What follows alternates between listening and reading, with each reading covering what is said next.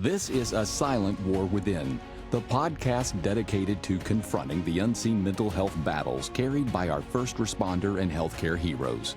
This show is about real stories, real struggles, and real ways to survive the storm and come out stronger on the other side.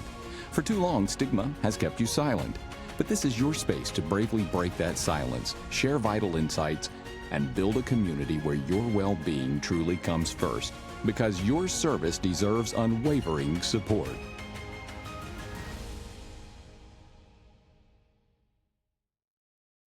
Well, welcome everybody to another episode of A Silent War Within. I'm super excited because today we have a very special guest on the show that I've been trying to track down, and we talked a few months ago and tracked down a date and all the scheduling things that goes into making a podcast happen. This is Kristen McGlothlin. She goes by Tactical Tinkerbell on TikTok.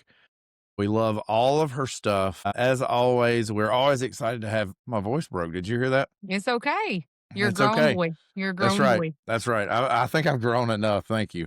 We're always excited to have any guest. And as always, we always want you guys to go check out our TikTok and our Facebook and all our social media platforms, our Instagram, our website. You can always reach out to us if you need somebody to talk to or need help. We love those conversations. We love getting to be kind of the unofficial peer support for a group of people. It's one of my favorite things to get calls and to be able to talk through a bad call or something with somebody or have text conversations. My phone is just filled with them, and I love this duty that I've been blessed to have. Kristen, you are an amazing content creator first, but also you're a police officer. So tell us about the journey from the little girl in Central Arkansas to a police officer. So I grew up in a very small town called Possum Grape, actually. It's not even a town, it's a community. Yeah, it's named Possum Grape. That You is can the look it most up. Arkansas thing I've heard in a while. It is. It is a map dot, literally a map dot. Now, I will tell you,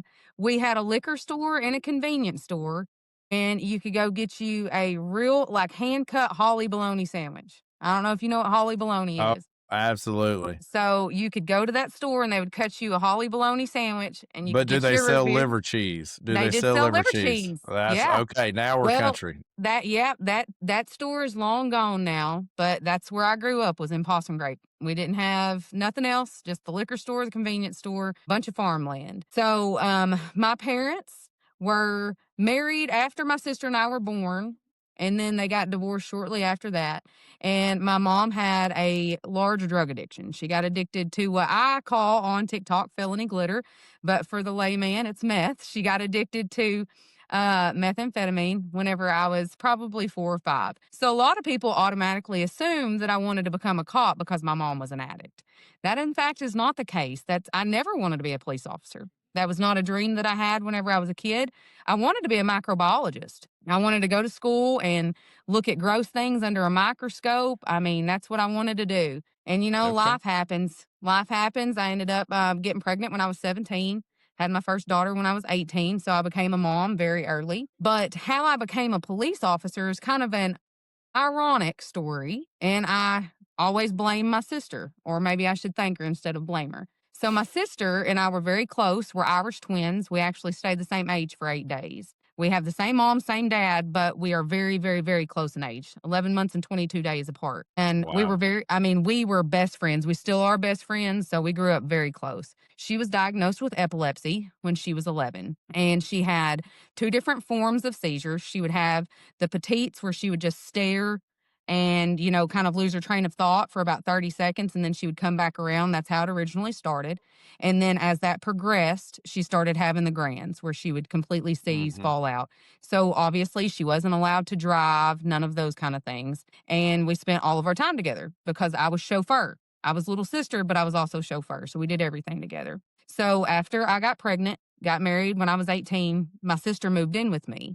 Seizures were not anything that were uncommon. She's sleep deprived, epileptic. So if she doesn't get enough rest at night, she might have a seizure the next morning. So one morning she got up, she had a seizure, which wasn't uncommon, but she came out of the first one and had another one right behind it. which was uncommon. So it scared me. And I ended up calling 911. Well, I had moved from my tiny little town of Possum Grape up the road about 12 miles to a town called Ball Knob. That's where I live now. And we had a volunteer ambulance service at that time. We didn't have a full-time truck that ran. It was just a basic truck, and they came to the house and picked my sister up. Well, they let me third ride in the back, which I guess is not typical. They normally don't allow riders, if that's my understanding. But this time they did. And one of the volunteers was like, "Hey, I think you would be super cool. Do you want to start coming and volunteering with us?" And I was like, "You know what? I'm a stay-at-home mom. I don't have nothing else going on. Sure." So I started volunteering on the ambulance. And then, once you become a first responder in any way, form, or fashion, you get to know everybody. I got to know the cops. I got to know the firefighters, the dispatchers. Mm-hmm. And the dispatch supervisor for our city had an unexpected opening come up. She had a girl that ended up moving out of state, and she said, "Hey, do you want to come try your hand at dispatching?" We were our 911 dispatch center for the city. So I dispatched. I started dispatching and did that for about 4 years and loved it. I absolutely loved dispatching. It was a passion of mine. There was a lot of really bad calls that you'll never forget. But I decided one day, I was like, I think I'm just going to go ride. Because, sitting behind the radio is completely different from being out in the field and seeing it. It's a Absolutely. different, it's also a different kind of trauma. I get on to officers a lot because I've been on both sides of the radio. And I get on to officers a lot about not mistreating their dispatchers for that very reason. It's a different kind of trauma. Your brain has to fill in gaps of what's going on because you can't see what's happening firsthand. So Mhm. anyway, I decided to go riding with the officer one night and loved it. I was like, I think I can do this. Well, about 2 months later, I was off to the police academy. So that's how I became a cop. Did you have any expectations going into it that maybe weren't met when you actually saw what it was? I would say no because I dispatched for so long Yeah, that you had an idea I anyway. yeah, I had an idea of the type of people and calls that I was going to encounter. Um, I will say that being behind the radio, you obviously don't have to physically see some things that we've seen, and you don't actually have to smell some things that we've True, smelled. So true. those were two things that, like you don't translate through the radio that it does in person. You might Right. get a DOA call that's been down for 7 days in the middle of June, but you Ugh. just took the call. You don't actually have to see the flies or hear it, you know what I'm saying, or go in the Yeah, yeah. house. The officers do. So, I Or mean, smell it, yeah. yeah, I mean, so there are differences for sure. So you've done a few things. So I picked a few things out in your story that kind of resonated with me. So you did the volunteer ambulance thing, Mm. then the dispatch thing, then the police officer. Did you just want to do all the things? When are you going to firefight? I don't know. Actually, I've done more than that. Oh, So, really? yeah, so I policed for about 6 years after I got out of the police academy. After you're in law enforcement or any type of first responding, I would say, you see the good sides of things and the ugly sides of things. And I'm a firm believer that there's two kinds of cops. There's cops, and then there's lifers, is what I call them. The cops are I would say, not yes men. If someone asks you to do something, you're not just going to go with the grain. And then you have the lifers who are in it for a paycheck. They're just wanting to make a retirement out of this and be about their business. So, there was political things about law enforcement that are irritating. I'll just Mhm. flat out say it. A lot of times you see that with sheriff's offices where, the sheriff is elected by the people. It's not my job as a deputy to keep you elected. It's my job to do my job. So after about 6 years, I'd had enough of the politics that were around law enforcement. Mhm. Decided to leave. I left law enforcement and went bail bonding for about 2.5 years. So instead of putting people in jail, I was taking them out of jail. So that was an interesting run. My husband and I both did that for 2.5 years. We were kind of like the dog and Beth of Arkansas, is what I like to consider us. Yeah. That's I what my actually, ex-wife and her husband are doing, oh, really? is bail bonds. I guess they're the dog and Beth of Central Mississippi. I don't know. We'll It go was with it. fun. I mean, it was a fun job. It also had its stresses. I saw, I would say, some ugly sides of law enforcement while I was bail bonding. Yeah, I'm Just sure. just sometimes cops can be ugly. I mean, just flat out ugly. And the justice Mhm. system itself, I watched it fail a whole lot of people during that time that I was bail bonding.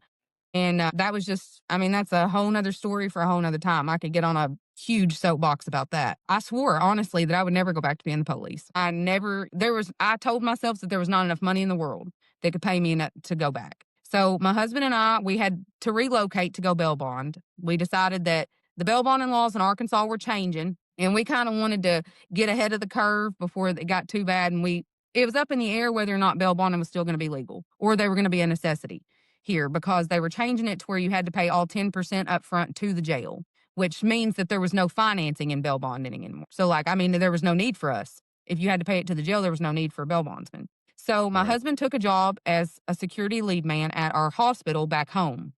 And he was commuting like over an hour and 15 minutes multiple times a week. Like, I mean, he worked 3 12-hour shifts and then he picked up most days. So it was just time for us to move back. We made the decision then that we were going to move back home to Ball Knob. So we found a house, we moved back.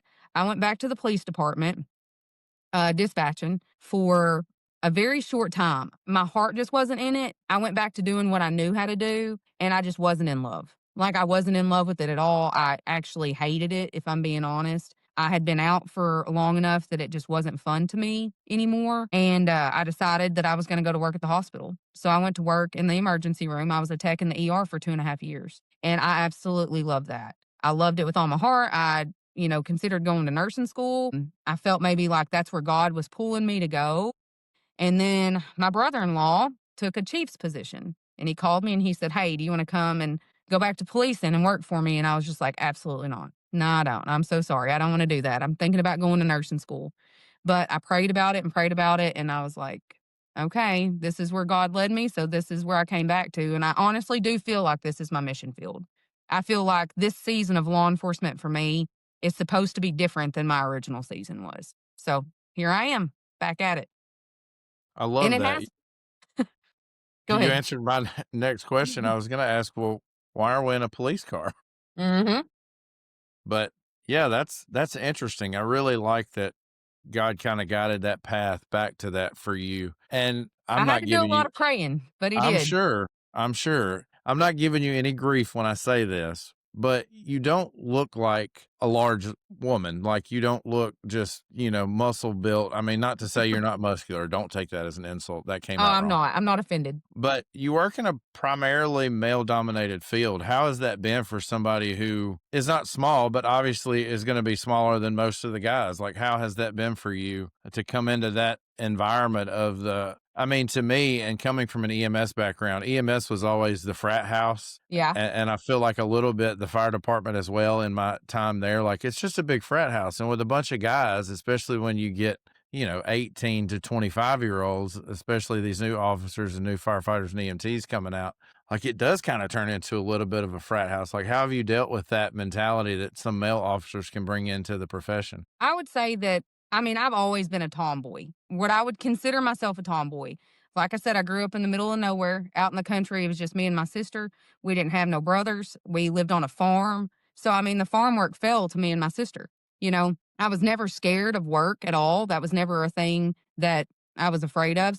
I was never afraid to get my hands dirty. But I would say in a male dominated field, there is a place for females because we are more empathetic, I would say, than men are. Absolutely. So that is where I have found my place, is where, the verbal judo side of things is I'm so serious. I know. I know. Um been a certified law enforcement officer. This will be my 13th year certified. In those 13 years, I have never once fought a soul into the backseat of my police car. Knock on wood. Really. I have been, and maybe that is God's blessing. All right. But I would like to believe that it's just because I treated people well and talked to them like Hmm. people and used my words. Truly, there has not been a single fight that I've ever been in that was because of me. I've come up on fights and helped other officers while they were physically fighting somebody, and sometimes it can't be controlled. You get somebody on PCP or somebody that's, I mean, just belligerently drunk. Those are to be expected. You're going to tussle with some folks here and there. But for the most part, I've been able to pretty much talk everybody into the backseat of my police car. And I've been very fortunate with that. So I think that knowing how to use your words can compensate for the lack of physical strength. Now, I will say, I train Brazilian Jiu Jitsu. I have for 8 years. I'm a brown belt in Brazilian Jiu Jitsu. So, I mean, I can hold my own if I have to, but it's never come to that. And even the guys that I work with, they know that physically, I'm the one that they want to have on their side if push comes to shove, truthfully. But Hmm. I would say that it's more of a empathetic using your words situation, that's where the women come in. Like we're going to be a Yeah, little bit more absolutely. soft spoken, a little bit more thoughtful, a little bit more compassionate. And, you get more flies with honey than you do vinegar. So, That's right. There's a girl that has worked for us, and you guys that are listening all know that I'm a leader at a large children's hospital. And there's a girl that's worked for us, and man, she got so much grief when she first came because she was empathetic, she was caring. Every call involving a child, she just poured herself into.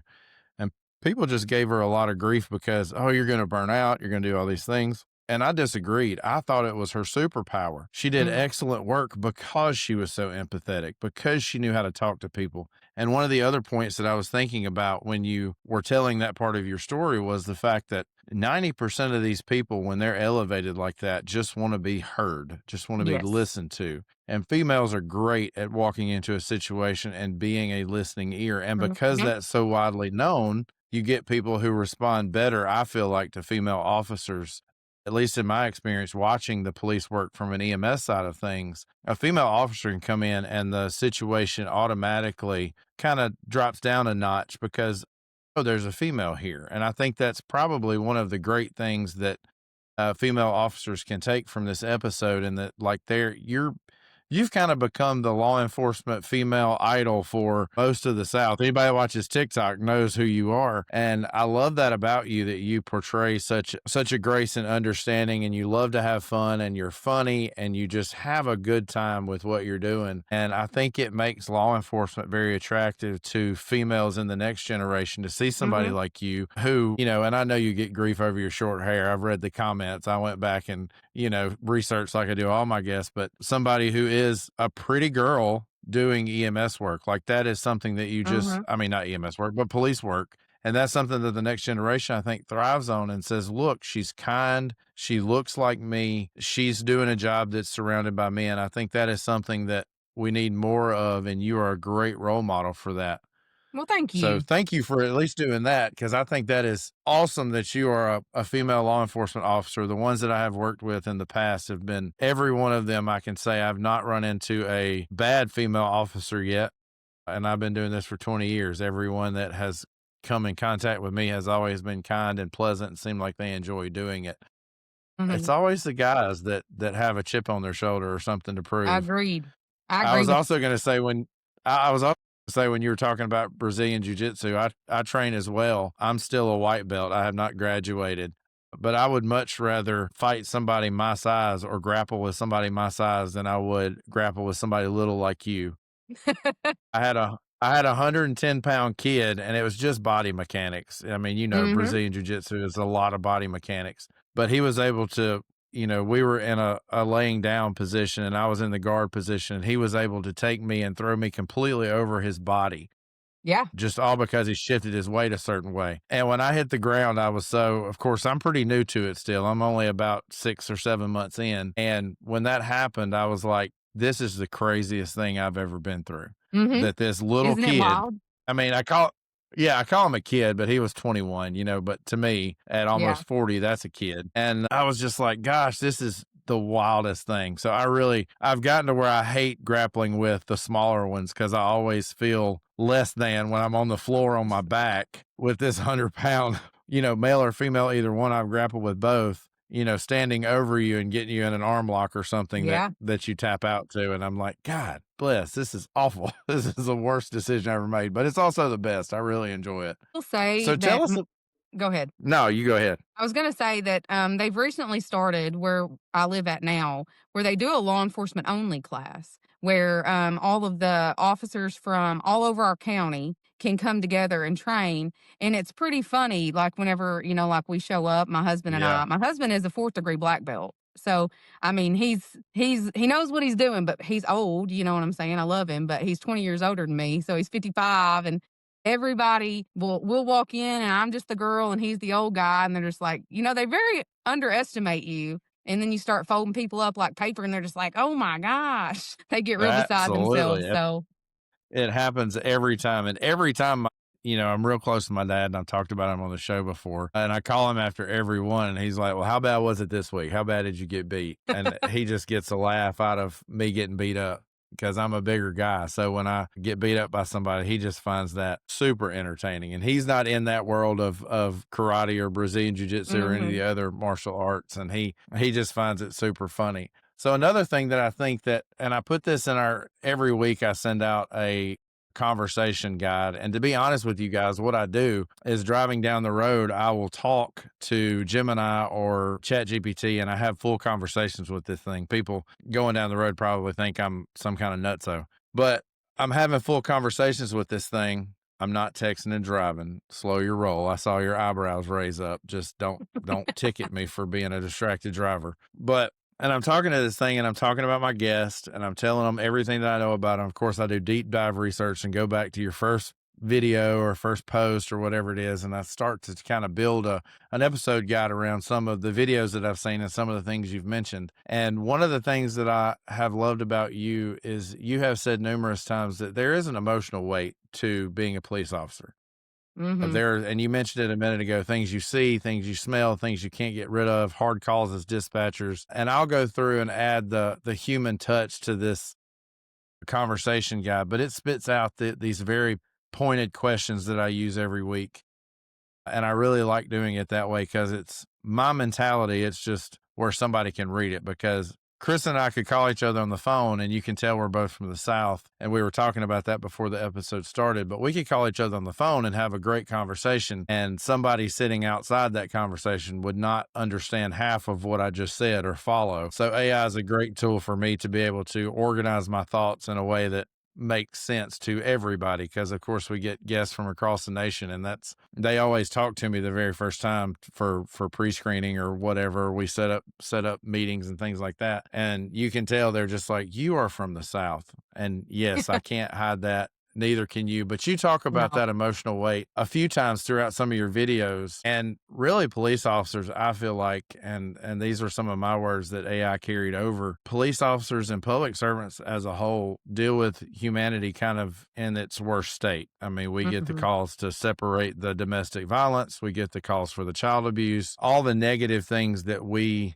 have in this world, we get a front row seat for. How do you deal with that? What is that? Is it a compartmentalization that you have to do to get through the call and then you let it all out? Like, what is it for you? Because I think everybody's mental health is just a little bit different. There's no one size fits all. So in the beginning, whenever I first became a dispatcher, I don't really think that I knew how to cope. And I would say that mental health and first responding across the board is very taboo. All right. Very taboo thing to talk about, especially because, like you said, this is a male dominated field, and most men don't like to talk about their feelings. So that carries over to not, and obviously, being a woman in a male dominated field, you don't want to seem inferior or weak in any way, form, or fashion. So by default, we don't talk about our feelings either.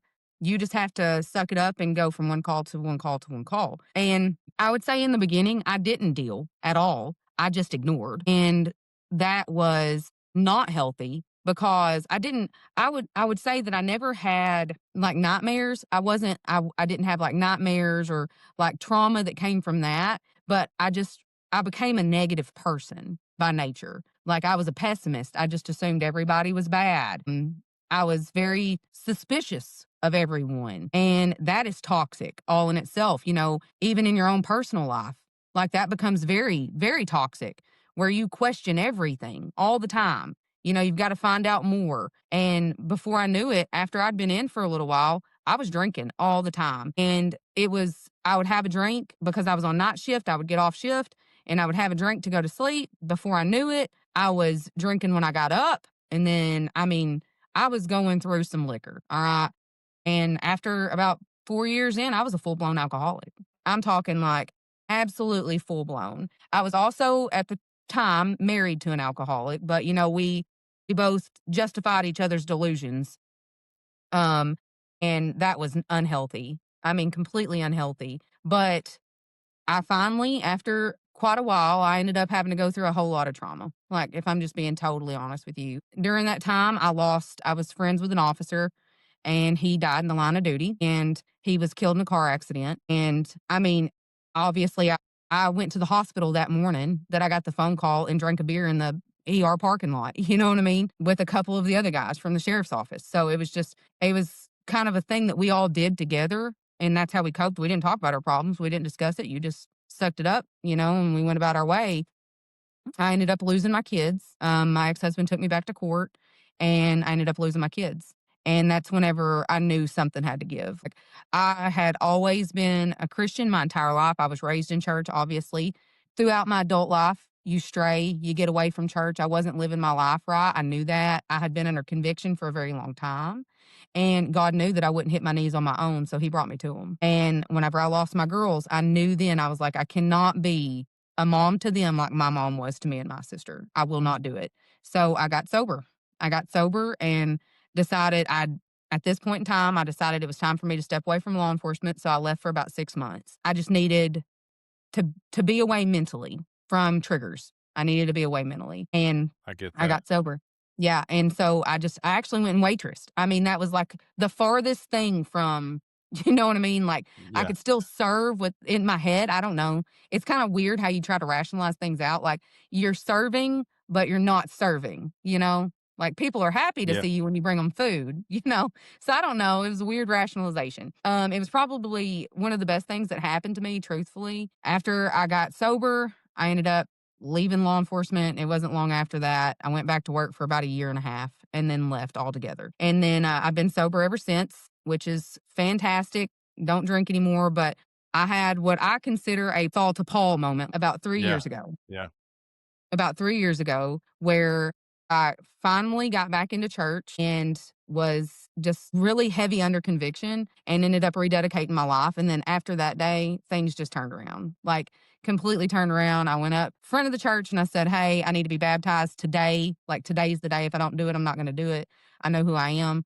And like, I've got to do this today." And after that, my whole perspective changed. But I still hadn't, I mean, now mind you, I'd been out of law enforcement for this was my 3rd year out. And so never dreamed about going back because it was kind of like just a negative time in my life. Do you know what I mean? Like, I attributed my entire Absolutely. police career to all this negativity. Like, I mean, during that time, I'd seen and heard a whole bunch of things that I couldn't unsee and hear. And then I was an alcoholic during that time. I lost my kids during that time. So it was just, I mean, like 6.5 years of trauma, like sheer trauma. But, like, God brought me to it, brought me through it. And now I'm on the other side of it. So I think that's why my police journey is so much better now. But my faith is what gets me through everything. I'm very fortunate. I have a law enforcement family. My brother in law is a cop. My sister's an ex 911 dispatcher. My husband is an ex police chief. Like, he retired from that. I have a good, stable base with me that I think a lot of other first responders don't have. So, like, I mean, for instance, about 2 months ago, I was just out randomly patrolling, went to the lake patrolling, and found a suicide in a truck. Like, just drove up on it. I text my husband. I said, "Hey, I'm probably going to be a little bit late. There was a suicide." And he didn't say anything else. He just said, "Are you okay?" Like, Mhm. that's one of those, like, he knows me. Well, I'm a talker just by nature, obviously. I mean, you see what I do online, but I mean, I have no qualms about talking about my feelings anymore because I saw what it did to me then. Like, it ate me alive. And I refuse to let that happen anymore. And I wish that we could just normalize that with one another and inside departments, to be able to discuss what's going on. People need to have debriefs. Like, I had done another podcast a while back, I don't know, but he said, "How many times have you done debriefs in your law enforcement career?" And I said, "Not once." Like, in the 13 years that I have been Mhm. certified and done law enforcement, not one single time after an incident have we ever debriefed. Even after my friend got killed, we didn't debrief. None of Yeah, us. because we don't want to talk about it. We We don't don't want to want to talk talk about about that. it. If you talk about it, it Yeah. makes it real. Mhm. And Did you like, ever so I wanna interrupt you and ask you, did in all that 6 years of trauma, and this is what we've encountered since starting this podcast, we have a lot of people, that have reached out to us, and it is almost astonishing. If I didn't know any better, it would be astonishing. So many people have this victim mentality. Did you suffer from that, or did you immediately take responsibility and go, "This is on me. I've done this.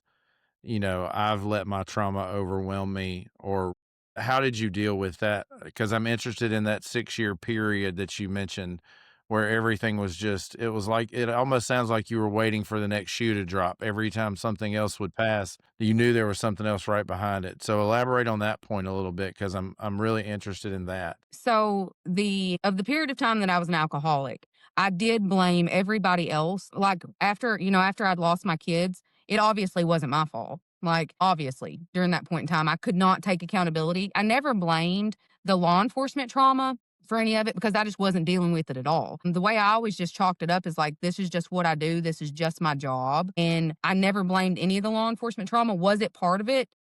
100%. It was part of the problem because it was undealt with. It wasn't that I'm blaming what I was having to do at work. It was more that I wasn't doing what I had to do to take care of myself and my family. And I do I would say I regret that. I regret that now, but I mean, there's no sense in regretting it. But during the time that I was an alcoholic, no, I blamed like my ex-husband was the problem. It wasn't me. I didn't have a drinking problem. Mhm. He was the problem. He just wanted to hurt me. What I was doing wasn't wrong. You know what I mean? Like I did go through that. And then eventually I finally was just like, all right, no, it's time to take accountability for what you've done. It's your fault that you're here. And like I said, God got a hold of me. And I will tell anybody that. Like I'm very strong in my faith and I know what I experienced and God got a hold of me. And thank God he did, you know. And Mhm. I'm grateful for it now. It's not an easy thing to talk about, you know, but do I think it needs to be talked about? Yes, because people need to take accountability for their actions. And now, whenever I deal with people on the street who lack accountability, I'm just like, I'm sorry. I don't want to hear your excuses. I've been where you've been. You need to take accountability for what you're doing. It's not grandma's fault. It's not mom and daddy's fault. You know, you're not an addict because your parents were an addict. If that was the case, I would be an addict. You know what I mean? That's not the case. You make your own way. Right. So, I mean, I did go through a little bit of it, but I didn't ever blame law enforcement or the trauma that I'd experienced while I was on duty, you know? And what's crazy is everybody had told me whenever I first started dispatching, even that eventually I would have one call that would mess with my head. Eventually I would have one. And I managed to go 4.5 years before that call ever came. 4.5 years. I honestly didn't think that it would ever come, if I'm being honest. I can still tell you about my very first DOA. I was unfazed by that for some reason Mhm. and it was one car accident and she wasn't even like I wouldn't say messed up, you know what I'm saying? Like it was a drown. She had drowned in a ditch. But that was the one that got me. It really amazes me that, and I love this quote, and I can't remember the author's name, but she said, to be surrounded by hurt, sorrow, and suffering and not think you'll be affected is like walking through the water and expecting not to get wet. Yeah, And that's I the love truth. that quote because your story in its entirety really is so similar to mine. Like my mom was a meth addict from the time that prior to me being born until, a year and a half ago when she passed away by smuggling meth into a rehab facility and overdosing. And it was crazy to hear you mention that at the first part. My mind went to spinning and I was like, oh, wow, she's really got, we've got a lot in common. And growing up in the South, and I mean this very loosely, nobody take offense to this, but for trailer park folks, meth is the drug of choice. I mean, that's Mhm. what we were growing up. That's what my mom and my dad and all of us were growing up. Luckily, I was raised by my great aunt and uncle that got me out of that environment. But my whole life, it was that. It was just that. And I really hinge on you saying if it was a generational curse and it was everybody else's fault, I would be that too because that's Mhm. me. And then the other part of your story that I resonate with is that I didn't think I would be affected by anything either. I didn't know about mental health in 2007 when I started this thing. Nobody came to our Mhm. EMT class and said, this stuff is heavy and it takes the emotional toll. So and up until I had one call in 2013. So from 2007, 2013, I didn't have that one call. So I thought the same. I'm like, this is never going to come. I'm not phased by this. In Mhm. my own head, I was this rock star superhero that nothing could affect while everybody else was in the corner crying. And that's kind of how I felt. But at the same time, when 2013 came and it finally happened, and then I've shared my drowning story of my pediatric drowning too many times on this show, when that call hit me in 2017, it was like, because the first time in 2013, I went and talked to somebody, they put me on medications. And when I started feeling better, I was like, I don't need these medications anymore. And just Mhm. kind of lived in that slump of back and forth all the time. And then when the 2017 pediatric drowning happened, it was, I compressed all that for a few years. But when I finally had a blow up, I was like, there is a whole lot more in here that I didn't think bothered me that really did. And I just compressed and compacted it all down into this deep, dark place. Because once I started things like counseling and EMDR, it was like all this trauma come bubbling back up that I didn't even recall half of it in my conscious brain. Mhm. Stuff from even as far back as my childhood that started coming up. And I'm like, I didn't even think I still held on to any of that. But deep down in my psyche somewhere, that was still living and breathing. Mhm. So I really, you have a testimony. I mean, so do I, so do many other responders, but I really appreciate you sharing yours. And one of the things that you've mentioned a few times is your husband. And I want to dig into that a little bit. Do you think it helps us? Because I'm married to a nurse, and prior to that, my first wife was a dispatcher. And I think it has helped me tremendously throughout my entire career to have somebody that gets it. Do you think that's a big part of why this works for you, even though it is an older guy? Because I've seen you get some grief about that online too. Oh, yeah. Even though it is an older guy, do you feel like that has been kind of the support system that has helped you through some of this? Say yes, but on a much deeper level than just him being law enforcement, is he also came from a very, I would say, tumultuous childhood. So we Mhm. shared that on top of the law enforcement. You know what I'm saying?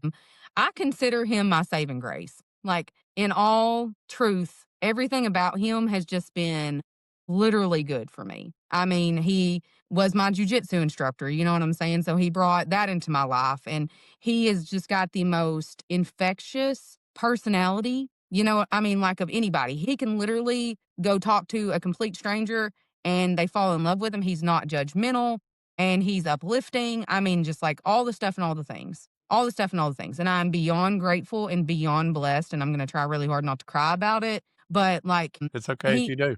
I mean, when I say he is absolutely wonderful, teetotal soulmate. Like, never dreamed in my entire life that I would find that, but by God's grace, I did. He was everything that I've ever prayed for, truthfully. And is he perfect? Absolutely not. No, I mean, nobody is. Nobody Nobody's is. perfect, but he's my kind of perfect, Mhm. And he listens to me ramble about the negative, I would say the trauma, you know what I'm saying, of what happens, but he doesn't let me unpack and live there. So that is one thing that I would have to say that I'm eternally grateful for, is because, as a female, we have a tendency to just kind of stay in that rut, and we just want to continuously dig it out. Like, I love the ladies. Yep. I'm a girl's girl, you know what I mean? But that's who we are as people. Mhm. But he doesn't allow me to do that. We've got to deal with it. Now you move past it. If you've done something wrong, make it right. If you feel like this needs to change, then change it. It's one of those constantly not calling Yeah. me out. He calls me up because he knows that I can be more. I can be greater. I can do better. If I want this to change, that I do have the ability to do it. And he gives me the confidence to do that. And that's what I'm grateful for. Is I was on, like I told you, I was on the fence about coming back to policing. He was Mhm. super supportive. He let me rubber wall off him and us weigh the pros and the cons. Like, are you sure you don't want to go to nursing school? If you go back, this is what you're going to be looking at. The pay's not great. I'm like, yes, I know that. Like, I mean, it's just, we bounced a whole lot of ideas off and he was like, I'll support you in whatever you want to do. And he has. I mean, it completely, we had the same schedule. Now our schedules are pretty much opposites. So that was a sacrifice he had to make. And he's Mhm. been amazing. He comes out and rides with me. He scolds me for not doing things a certain way, like parking my car a certain way, or so. I mean, that's always fun. But yeah, Do you guys he's have any wonderful. So do you guys have any rituals that you do to kind of decompress each other or to make sure you guys are good? Is there a check-in process? Like, if you had to give advice per se to couples that are both in the first responder world, what does that look like? What's healthy look like for a couple? So we are very direct with everything that we do. There's no sense in beating around the bush about any of it. I would say that if I could give any advice to couples, it would be, don't assume that the other one knows what you're thinking. Don't assume that. Mhm. that is an unrealistic expectation and you're setting them up for failure immediately. So if you don't ask direct questions, they cannot give you direct answers. If you want to know something, just ask it. Just flat out ask it. But whenever I say Yep. that, we're very direct. He will literally, if he knows that I'm having a rough day, he will just say, check, check. Like that's it. And I do the same thing to him. I mean, when I say it's that direct, it's like, check, check. And I'm Yeah. like, you know what? No, actually, I'm not okay. Actually, I'm not, and then we'll Hmm. unpack it. But you have to listen to hear, not to respond. So he will say, do you want me to talk back or you just want me to listen? And I'll say, okay, I just want you to listen for right now. And he will just let me get it all out, all the word vomit, like all of it. He just lets me unpack it all. And then he's just like, do you want me to weigh in on it? And if I want his advice, I'll say yes. If I just needed to vent, like if somebody pissed me off, and I just needed to vent, I don't need you Hmm. to say anything back. This is rhetorical. No, I just needed you to listen. I just needed to get it off my chest. And he does that. So that is the best course of action. But you have to, I would say a lot of times where couples fail is they listen to respond. You're automatically thinking how you're going to answer that question or, give something back to that statement before they've even had a full time to get the thought out, and listen to hear. Hear what they've got to say. Don't listen to respond because sometimes they don't need a response. They just need to get it out. They just need to get it out. That's right. That's right. That's one of the things me and my wife started doing some years ago is I figured out that it was better for me to ask her, do you want me to problem solve? Because men are natural problem solvers. That's what we Hmm. immediately go to. Or do you want me to just hear you and listen? And we had to start with that. And that was for somebody who loves to talk like I do, that was a very hard concept to learn to not give Hmm. your input. But once we kind of mastered it and got better at it, it makes things so much better to have that understanding with your partner. So I think that's great advice. And one of the other things you keep mentioning that I want to ask you about, and we've talked about it a little bit, your faith obviously plays a big role in what you do. How do you think your faith gets you to a point where you can look at a situation and see that through the eyes of understanding and compassion and kind of the eyes of Christ, if you will? How does that play into your everyday law enforcement role? Well, I would say that it's because I don't look at people like they're a lost cause anymore at all. I think a lot of times in law enforcement, we deal with the same people and in EMS as well. You have the frequent flyers. So you just see them over and over making the same mistakes, doing the same things, like you take somebody in for an overdose. Literally 2 days later, after you give them Narcan, you find them again and they've overdosed again. And you're just like, Mhm, why? Why do you keep doing this? Did you not learn your lesson the first mhm, time? Domestic abuse victims, same situation. Like, we'll get you out, you'll go right back. We'll get you out, you'll go right back. So you just consider them a lost cause. A lot of times people will rationalize that out in their head. They're just like, well, if they don't want help, there ain't nothing I can do to help them. I would say that after my rededication, my whole mindset changed. Whenever they talk about in the Bible that after Saul became Paul, he said that the scales fell off of his eyes. Like that's exactly the mhm, kind of situation that happened to me. Is like the scales fell off my eyes. What I thought I knew, I didn't know anymore. The way that I looked at the world didn't look the same anymore. I had a whole lot more compassion for people that were considered unfavorable than I did before. And God was getting me ready for something. I didn't know that at the time, but He was getting me ready for the passing of my mom. He was getting me ready for that. And I didn't know that. But, I mean, obviously now I do, and thank goodness for it. But because of what he brought me through with her, I get to bring that love and grace out to the world now. I've got a whole lot more, I would say, compassion for people. And I have tried not to fall back into the trap of dealing with the same people over and over and judging them for their life. I don't know. I don't know mhm, what it is that God is bringing them to get them through so that they can be a better witness to somebody down the road. I don't know. I have no clue. Until I actually told people that I used to be an alcoholic and that I lost my kids, people didn't know. They looked at me and they were just like, look at this sweet little cop lady. You know what I'm saying? And then you find out mhm, that, hey, she's come through some crap, she's come through it. It's that kind of situation. So yes, I might see somebody that I know is high on dope day in and day out, but one day I might see them and they might not be high anymore. God might have finally gotten a hold of them and they could turn mhm. into the biggest witness for the Lord that I've ever seen in my entire life. So I'm going to steward the job that He put me in a lot better now than I did before. And that's where my faith comes into play. Is I have felt like since coming back into law enforcement, this was my mission field And I can dive into that just a little bit more. I knew that God was calling me to do something. I felt that pull in my heart and I prayed about it. I didn't know what it was. Never in my life did I dream that it would be coming back to be the police. Did not know that, but in fact it was. And I thought to myself that I was supposed to go do mission work. And I was like, that's crazy. You know what I'm saying? But mission work doesn't always look like the plains of Africa or starting a new Mm-hmm. school in Mm-hmm. Mexico. That's right. God very much showed me that I get to go out in my own community and meet people where they are in their struggle. They actually seek me out. Do you know what I mean? Like they're the ones that I get the Yeah. 911 calls about. Like they seek me out. And I have a choice in that moment. You know, do I take this as my mission field? Do I show them kindness? Do I witness with them?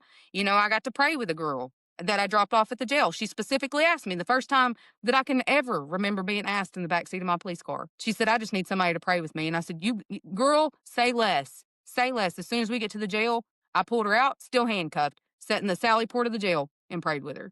First time in my life I've ever done that. But that's how I know that I'm where I am supposed to be. You know what I mean? Mm. That's how I know. But Yeah, also, I that think is. that, go ahead. I was just gonna say that's amazing. But a lot of times I think that we as law enforcement or first responders in general miss that calling on our life.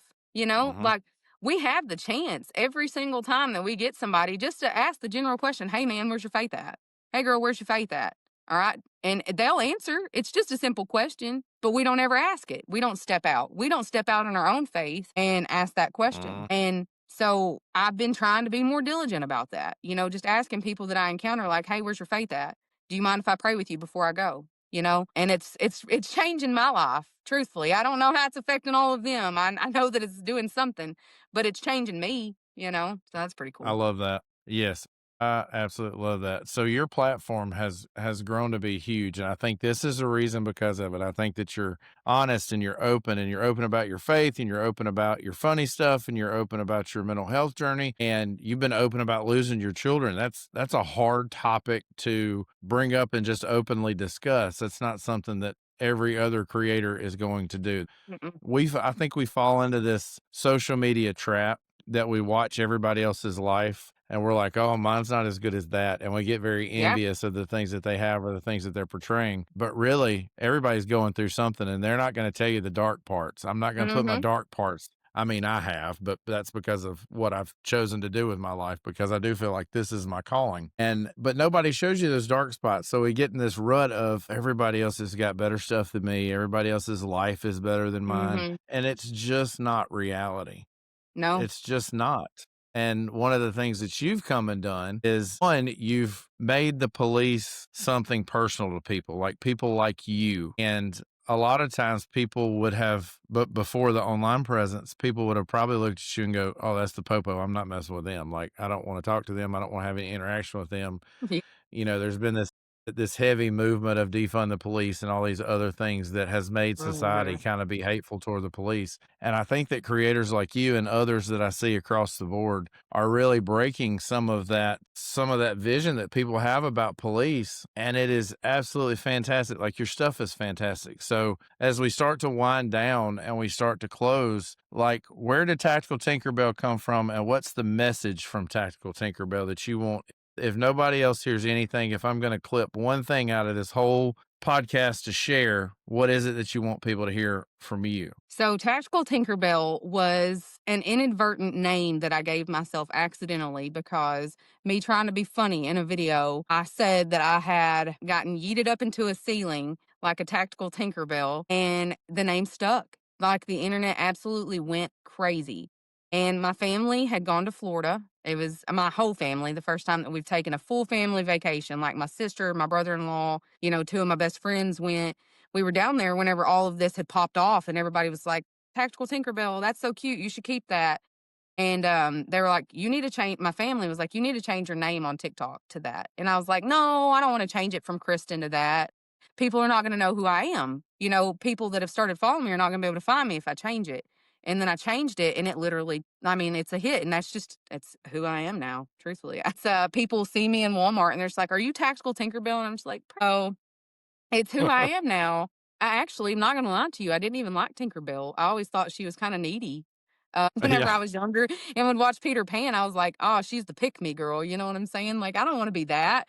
I don't want to be the pick me Yeah, girl. but now you got Tactical Tinkerbell merch. Like, Yeah, I mean, yeah, so that's there's cool. that. This was really awesome. A girl from Dearborn, Michigan had this made for me and sent me that. So that's super awesome. But I would say that if I had to give anybody one message, first and foremost, it is to accept Jesus Christ as your savior. I have never met a single soul on the entire earth that did it and regretted it. If you find them, Me either. send them my way. Okay. I would love to hear their story as to why. And, Yeah. just have genuine conversations with people. To my upcoming LEOs and first responders, this is a hard job. Okay. This is a tough line of work. People are going to be ugly to you. People are going to mistreat you for absolutely no reason. You've got to be thick skinned, but you've got to walk as Jesus walked and love your enemy. Even the people you work with, show them love and grace because you never know what people are dealing with. Mhm. You think you might know, but by golly, you don't know. You don't know. And I've said it 1,000 times that it's free to be kind. Hmm. It is If you just, can't it find is, and somebody it's so kind, freeing. then be kind. Yep. Yep. I love Exactly. that. Well, Kristen, you have been amazing. This has been such a good episode. I'm so thankful that you said yes to some random dude from Mississippi that just gets on an app and podcasts. And I always say this to close most of the shows, but I like our guests to understand it too. Like, I never started this to be famous. I'm not anywhere near famous. Everybody I interview is much more famous than I am or probably will ever be. I did this because mental health needs to be talked about, and I think we don't talk about it enough. I And I agree. think there's people out there that suffer in silence. And I remember when I was in the midst of my problems, if somebody would have just come alongside me and said, "Me too, I've been there," that would have made all the difference in the world because you feel so alone during those times. And it's just a trick your mind plays on you. You're really not alone. You just feel that way. So I always like to close with that. Again, thank you for being with us. Tell us where we can find all your things. So all my stuff and all my things are on TikTok. I also have Instagram and Facebook. I do a little bit on YouTube, but not near as much as those three platforms. So go give me a like and a follow. Perfect. We love that. We're on all those places too. You can find us there. And of course, we stream on Apple Podcasts, Spotify, and we post the video on YouTube. And now that Spotify has accepted us as video creators, our videos also go to Spotify as well. So we're excited about that. And as always, as we close the show, you guys, thank you for joining us. Be safe, take care of your mind, and we'll talk soon. Goodbye, everybody. You've been listening to A Silent War Within. If this episode resonated, please subscribe, leave a review, and share with someone who needs to hear it. Remember, you're not alone and your well-being matters. It's time to end this silent war.